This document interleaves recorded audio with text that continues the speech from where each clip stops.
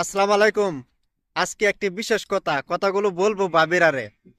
তো ভাবিরা, আমার যতগুলো ভাবি আছেন, বৌদি আছেন, দিদি আছেন, তারারে একটা কথাই রিকোয়েস্ট করবার চাই। দেখেন, মানে জামাইয়ের সাথে নারাই করবেন না। কারণ এই ঠান্ডা দিন দেখেন, আমার এই যে জ্যাকেট ট্যাকেট পরে নিচ্ছি তথাপি ঠান্ডা মানে না। এই ঠান্ডা দিনে যদি আমার সাথে যদি নারাই করেন তাহলে বুকে মরবেন। কারণ এই কষ্ট থেকে আর পৃথিবীর কোনো কষ্ট হইতে পারে না।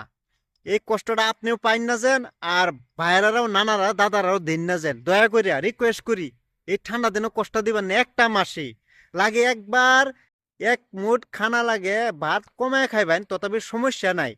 কিন্তু এই কষ্টর মধ্যে ভুগুন না, কারণ এই দিন আর পাবেন না। তো দয়া করিয়া এই ভিডিওটা লাইক শেয়ার কমেন্ট করে দিবেন।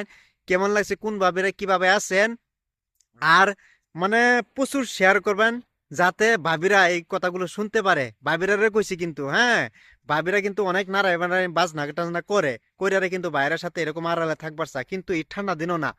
এই দিনটা গেল, যাওয়ার পরে যা করেন খুশি করবেন, কিন্তু তাতে আমার কিন্তু বাধা বিঘিনি আসে যায় না। বুঝছেন? তো আশা করি কথাগুলো বুঝতে পারছেন ভাবিরা।